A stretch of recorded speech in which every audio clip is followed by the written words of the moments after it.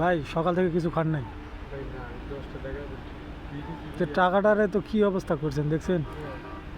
জুতা পাইছি আমি টাকাটা সিনায় আপনার অ্যাকাউন্টে রাখবেন ওই টাকাটা ওইখানে সমস্যা কি রয়েছে জানেন ভাই, আমি সবাই মাছ ধরে এনে খাওয়াইতাম, মানে পুরো জাপতে সবাই কি চাইলে আমার ওই বাপ মার চলতে বেশি বসে বসে খাওয়াই তো হাসি থেকে ভাবতেছি কি আমি আমার এবার খুব ভাই ভালো আছে। আমি আপনারে 10টা টাকা দিচ্ছি, আপনি কিছু খায়েন, ঠিক আছে?